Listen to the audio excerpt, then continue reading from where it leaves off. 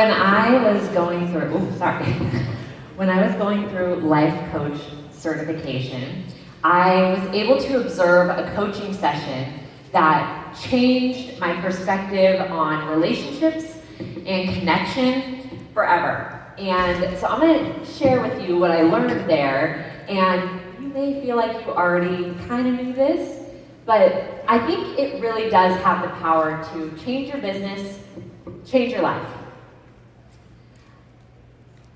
This woman was talking to the coach, and this is about her marriage, okay? But trust me, it relates. So she was talking to this coach, and she said, you know, my husband and I, we're just not very connected. I can feel the disconnect. He doesn't really care what I think. He's not really mindful of me. I just feel like we're kind of growing apart. And the coach said, well, tell me, like, when did this, what's been going on? What's happened recently that's made you feel this way? And she said, well, there's this couple that we like going on double dates with. Well, he likes going on double dates with. But I have told him multiple times that I don't like the wife. But he keeps setting up these outings with this couple. And I mean, isn't that just evidence that he's not listening to me, that he doesn't really care about how I feel? And you know, this is a perfect example of just us not being connected. And the coach said, okay, I know what your problem is. Now, of course, she thinks the problem is her husband, right? He doesn't respect what she is feeling. He's not listening to her. But the coach said, your problem is that you don't like that woman. Like, excuse me?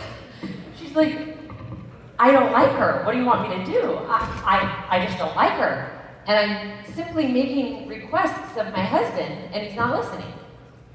Okay, now, I understand. We may have all kinds of thoughts about this, but just stay with me. If we need the husband to change so that we can feel how we want to feel, we have not a lot of power. Because we need somebody else to change so we can feel how we want to feel. But if it's on us, all of a sudden we have nothing but power here. Because here's the truth. The truth is that connection is a feeling that we have inside of our body that comes from what we think.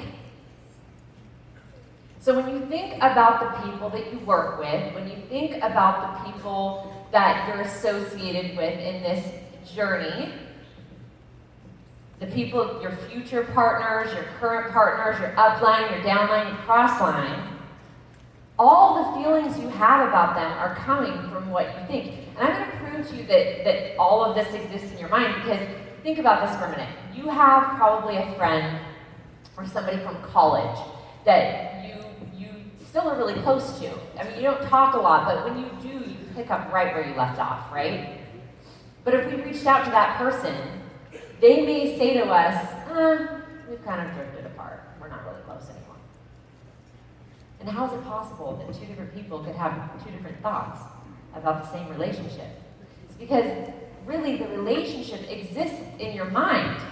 And this is great news, because we have full control over what we choose to think.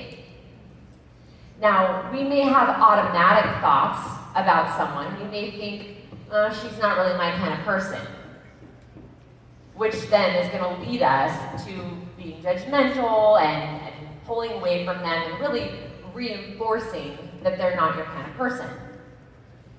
But you could also take control of your thinking and intentionally think something like, I can find common ground, which would then develop feelings, or actions that look more like engaging with them, building connection in another way.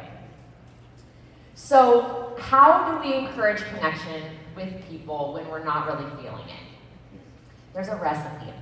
Dale Carnegie, one of my favorite thought leaders, authors, he has a really good recipe. He says, don't criticize, condemn, or complain.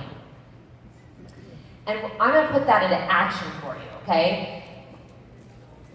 compliment, celebrate, and collaborate.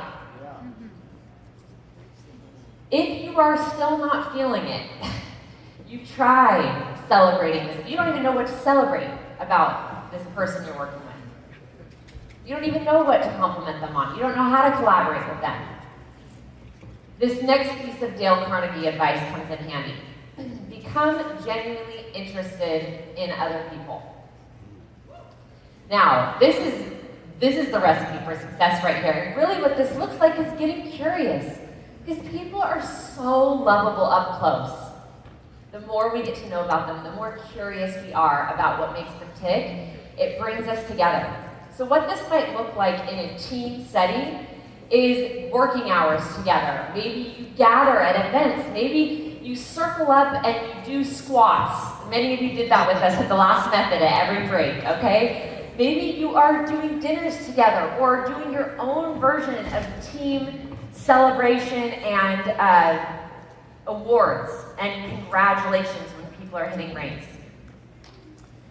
The bottom line is that we have the control to experience whatever we want with our relationships on this journey. And the formula is very simple and it's totally in our power. And I'm standing here telling you that I have the best team ever, and that I genuinely love all of my people so much. And I know that each and every one of us has that same opportunity to compliment, celebrate, collaborate, and get curious. Let's go make life better for a lot of people. Yeah.